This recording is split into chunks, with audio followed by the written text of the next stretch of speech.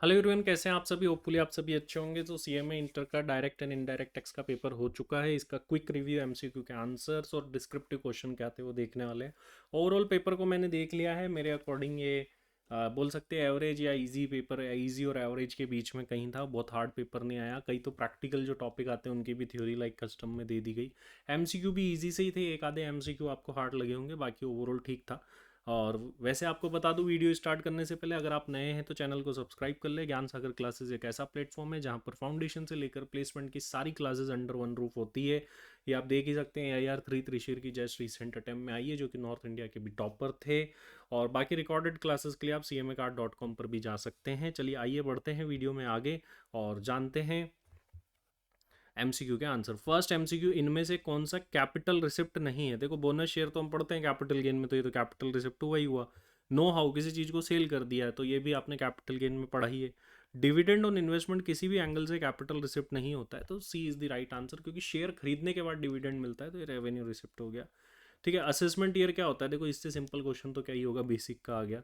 All the year immediately following the year in which income is earn, C इसका right answer होगा। All of the above नहीं होगा, क्योंकि इसमें एक ऑप्शन ये भी दे रखा है, वो साल जिसमें इनकम अर्न करी जाती हो, तो प्रीवियस ईयर होता ना, तो इसलिए वो ऑल ऑफ दी अबाउ सही आंसर नहीं होगा। डोमेस्टिक सर्वेंट एंगेज करा है एम्प्लॉयर ने सैलरी। देखो, सर्वेंट कैटेगरी बी में आता है, हम सैलरी हेड पढ़ते हैं तब। और category B only specified employees के लिए ही टैक्सेबल होती है।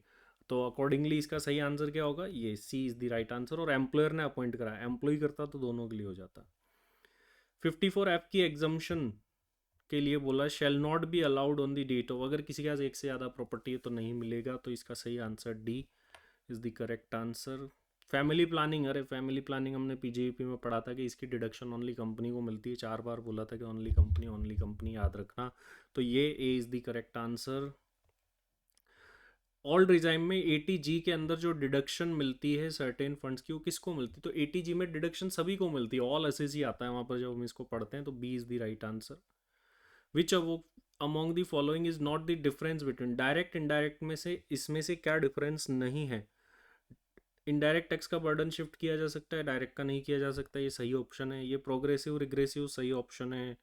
टैक्स इवेजन पॉसिबल नॉट, ये भी सही आंसर, तो ये राइट आंसर डी बचा। अब तो वैसे भी डायरेक्ट टैक्स लिख रहे हैं ओनली सेंट्रल गवर्नमेंट लगाती है, इनडायरेक्ट टैक्स जो है ओनली, ये तो गलत बात है, इनडायरेक्ट टैक्स भी सेंट्रल लगाती। ठीक है। फिर as per GST law services, देखो वैसे मैं इतना क्लासेस में एग्जामेशन को प्रायोरिटी नहीं देता हूँ, तो ये इजी का क्वेश्चन है, तो इसका सही आंसर जो है B is the correct answer, क्योंकि बहुत बड़ा टॉपिक में से ये आया।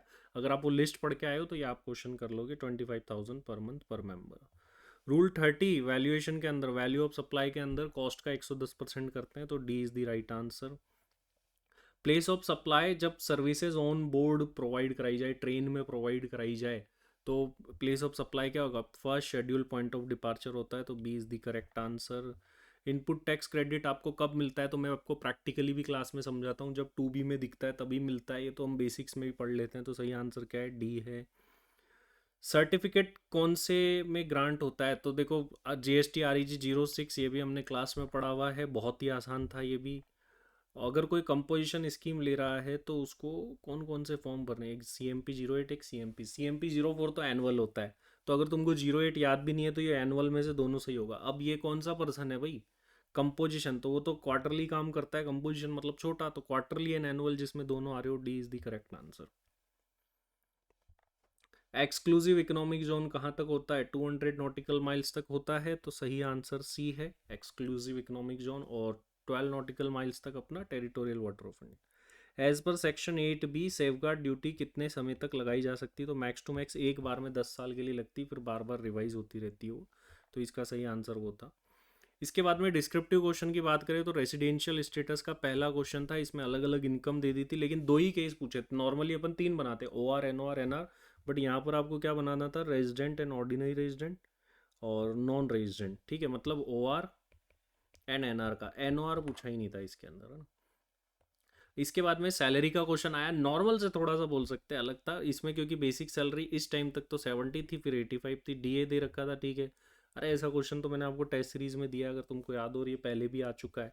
देखो, एक महीने का बोनस बोनस मिला है नवंबर की सैलरी, तो नवंबर में सैलरी क्या चल रही होगी, 70,000। ऐसा सेम क्वेश्चन तो हम कर चुके हैं, टेस्ट सीरीज में भी आया है। एम्प्लॉयज़ कॉन्ट्रीब्यूशन, प्रोफेशनल टैक्स, सब कुछ नॉर्मल नॉर्मल बातें थी इसके अंदर, कुछ भी एज सच नया नहीं था। लैपटॉप वगैरह प्रोवाइड करा दिया, ठीक है। लीव ट्रैवल कंसेंट, बहुत इजी क्वेश्चन था, आई थिंक आपसे इजीली हो गया होगा ये भी। हाउस प्रॉपर्टी की बात कर लेते हैं। Municipal value, fair rent, standard rent, rent received दे दिया, म्यूनसिपल टैक्सेस दे दिए, ठीक है। द कंस्ट्रक्शन इस टाइम पर खर्चा स्टार्ट हुआ, लोन लिया। अरे ये भी बहुत ही आसान क्वेश्चन, कुछ भी नहीं था।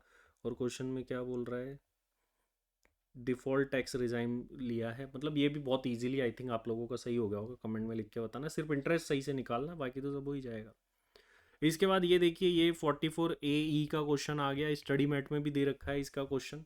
तो वही हैवी व्हीकल और लाइट व्हीकल, हैवी ड्राइवर वाला जो अपन ने कंसेप्ट पढ़ा था, तो वही यहाँ पर लगने वाला था 44 AE। अगर आप यहाँ पर लगाओगे तो ये यहाँ पर आप सही करते हैं इसको, ठीक है। उसके बाद में अगला क्वेश्चन देखते हैं, कैपिटल गेन का क्वेश्चन है अगला। देखते हैं, सोल्ड रेजिडेंशियल प्रॉपर्टी ब्रोकरेज, ठीक है, लेस हो जाएगी। Value determined, stamp duty value 2850 है और ये एक्चुअल कंसिड्रेशन 28 लाख है। इतने में ख़रीदा था, ठीक है, लेकिन वो टॉलरेंस बैंड मिलता है 10% का, तो ये 28 लाख ही ले लेंगे। फेयर मार्केट वैल्यू 1/4/2000 को 325 थी, तो कॉस्ट ये रही एक तो, एक्चुअल और FMV, ठीक है। ये वाला कंसिडर, ये काम आप कर ही लोगे। फिर न्यू फ्लोर बनाया तो ये कॉस्ट ऑफ इम्प्रूवमेंट में आ जाएगा। नया घर खरीद लिया और कमीशन पे करा ब्रोकर को, तो ये एग्जम्पशन के अंदर आ जाएगा। घर बेच के घर खरीदा है, बिल्कुल 54 में। डायमंड रिंग बेची है, ये अलग से हो गया है ना, तो इसका अलग से कैपिटल गेन निकल जाता है। इंश्योरेंस क्लेम मिला है, वो फुल वैल्यू ऑफ कंसिडरेशन हो जाता। अच्छा, ट्रांसफ़र की डेट क्या है अगर देखूँ तो 1/11/24, तो इंडेक्सेशन के चक्कर में ही पढ़ने की ज़रूरत नहीं पड़ी आपको। इसके बाद में अगला क्वेश्चन जो है अदर सोर्स का, अगर मैं यूँ कहूँ कि ऐसा भी सेम क्वेश्चन हमने कर रखा है और पास्ट एग्जाम में भी आया है, तो ये गलत बात नहीं होगी। तो आई थिंक ये क्वेश्चन भी बहुत इजी था, आपने इजीली इसको कर लिया होगा। ये देखो, इंटरेस्ट है, ये नेट दे रखा है, इसको ग्रॉस बनाना होता है। बुक में भी ऐसा ही सेम क्वेश्चन दिया हुआ है, देखो, interest on loan given to relative. मुझे तो ऐसा क्यों लग रहा है, ये बुक से ही बिल्कुल मिलता जुलता क्वेश्चन है, तो ये ईजिली आप लोगों ने कर लिया होगा। अच्छा सर, यहाँ पर ये देखो ना, ये 390 और ये दे रखा है, ये इमूवेबल प्रॉपर्टी का टॉलरेंस बैंड से निकालते हैं ना, वो गिफ्ट, वो वाला लगेगा। इसके बाद में अगला क्वेश्चन देखिए, सैलरी इनकम दे रखी है, फुटवेयर बिजनेस की, speculative business, horse race, winning from betting, house property, brought forward loss दे रखा है, ठीक है। ग्रॉस टोटल इनकम निकालनी है, assuming he has opted for default tax regime provided under section 115 BAC। He has opted for, opted out नहीं है, opted है, मतलब न्यू रिजाइम लिए उसने, ठीक है। तो न्यू रिजाइम के अकॉर्डिंग निकाल देंगे, कोई लॉस का सेट ऑफ वेट ऑफ तो होगा ही नहीं फिर, ठीक है। कुछ का होगा, कुछ का नहीं होगा, वो करके आपको करना था, और मैं डिटेल आंसर भी इसका बता दूंगा आपको। प्राइवेट कंपनी में एक एम्प्लॉय है, ठीक है। Income from salary before standard deduction है, इंटरेस्ट ऑन गवर्नमेंट सिक्योरिटीज़ है, PPF में डाले ATC, medical insurance premium, ATD वगैरह, ठीक है। ये डोनेशन, अरे यार कितना आसान क्वेश्चन था, डिडक्शन चैप्टर से था, है ना। एडवाइस मिस्टर, मतलब ओल्ड और न्यू दोनों में करना था। ओल्ड रिजाइम लेते हो तो क्या, न्यू रिजाइम लेते हो तो, बहुत आसान क्वेश्चन है। लेकिन ये अगर आप DT में से कोई क्वेश्चन नहीं करते हो तो ये देखो कितना ही आसान क्वेश्चन है। Concept and features of indirect tax, भाई बेसिक चैप्टर बोला था ना 14 मार्क्स का। और इवन आप ABC एनालिसिस जा करके देखोगे तो जो चैप्टर जैसे जैसे बताएं वही आपको मिल रहे हैं, ठीक है। पेपर पहले बता दिया गया था, आप करके आना तुम्हारे ऊपर होता है। देखो, 5 टैक्सेस के नाम बताने जो कि सब्स्यूम हो गए हैं GST के अंदर, और 4 ऐसे बताने जो नहीं हुए। ये तो बहुत ही आसान क्वेश्चन थे, 7 मार्क्स बहुत आसानी से कर लिए होंगे। इसमें क्या निकालना है, एग्रीगेट टर्नओवर, मैंने बताया ही था कि रजिस्ट्रेशन या सप्लाई में से यही क्वेश्चन बनता है जनरली, एग्रीगेट टर्नओवर का। उसके बाद में ये क्वेश्चन क्या है सर, ये क्वेश्चन तो सेम टू सेम ही आ गया, ऐसा कैसे हो सकता है। वैल्यू ऑफ सप्लाई का question, value of supply same question हो गया ना। देखो, subsidy, subsidy received from NGO, book में भी दे रखा है, आई थिंक ये तो तुमने बहुत अच्छे से कर ही लिया होगा। इसके बाद में ये दे रखा है QRMP स्कीम के बारे में नोट लिखो। अरे यार ये भी आसान है, सीधा सीधा क्वेश्चन है, मतलब आपको कंसेप्ट जितना आता है उतना लिखे हो, ठीक है। GSTN वाइज मिलेगी या पैन वाइज मिलेगी।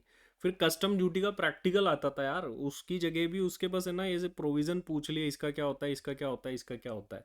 मतलब इससे आसान तो क्या ही होगा। मतलब पेपर मैं मानता हूँ कि ये इजी पेपर था, आप लोग आराम से इसके अंदर 70 60 70 80 मार्क्स तक ला सकते हैं अगर किसी ने अच्छे से पढ़ा है।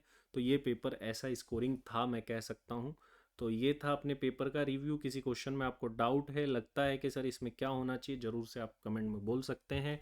और आपका पेपर कैसा हुआ, आप कहाँ से देख रहे हैं और कितने मार्क्स की एक्सपेक्टेशन है, कितने एमसीक्यू सही है, ज़रूर से बताइएगा। तो फिलहाल के लिए इस वीडियो में इतना ही। Thank you very much.